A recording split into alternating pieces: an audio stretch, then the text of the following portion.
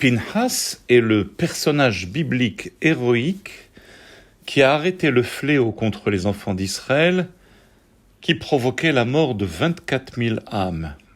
Quelle fut la raison de ce fléau ? Lorsqu'Israël séjourna sur les plaines de Moab, le peuple commença à se prostituer avec les filles de Moab. Celles-ci ont réussi à faire dévier le peuple vers une pratique idolâtre nommée le Baal Péor, ce qui enflamma la colère de l'Éternel. Pinhas apaisa cette colère en tuant l'un des chefs d'une tribu, Zimri ben Salou, qui se prostituait avec l'une des filles du peuple de Midian, idolâtre, qui s'appelait Cosbi Batsur.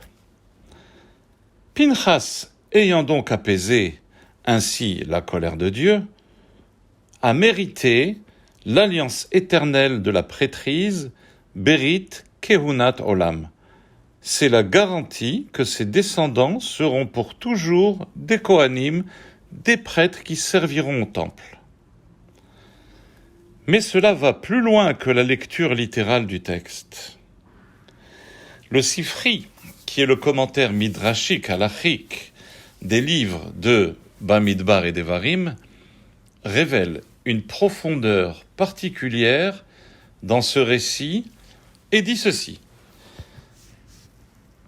Pinhas ne fut pas récompensé que pour un acte isolé qui s'est produit à un moment précis de l'histoire des Juifs. Le pardon que son acte héroïque a suscité poursuit son effet encore aujourd'hui, depuis l'instant de son acte jusqu'au temps de la résurrection des morts post-messianique. C'est-à-dire que son action n'était pas ponctuelle et éphémère, mais une expiation continue qui ne cessera qu'à la rédemption. Pourquoi ? Parce que le péché de Péor continue également à surgir au fil des générations. Le rabbin de Ragatchov, nommé sur sa ville de naissance, le Rav Yosef Rosen, un génie de l'étude de la Torah, doté d'une mémoire phénoménale, né au milieu du XIXe siècle, fait remarquer à propos de ce qui est écrit dans le livre de Josué au chapitre 22, verset 17, où il est question de ce péché du Baal Péor.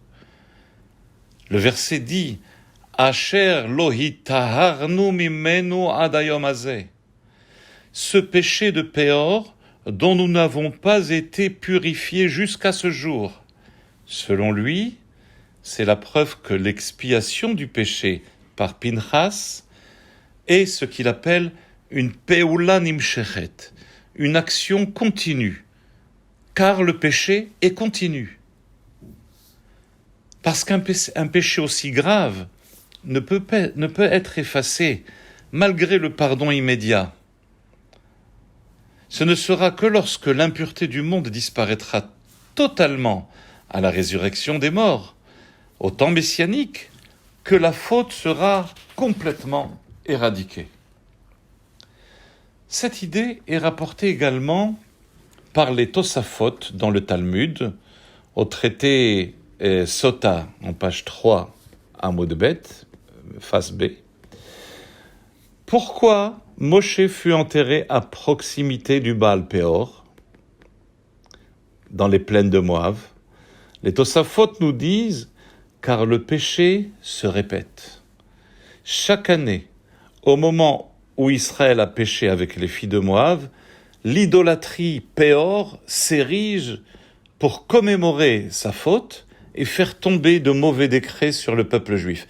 Mais en voyant le tombeau de Moshe, le Péor s'engouffre, car Moshe de son vivant sur terre l'a engouffré, et à chaque sursaut de l'idole, il s'engouffre jusqu'au niveau où Moshe l'a fait disparaître.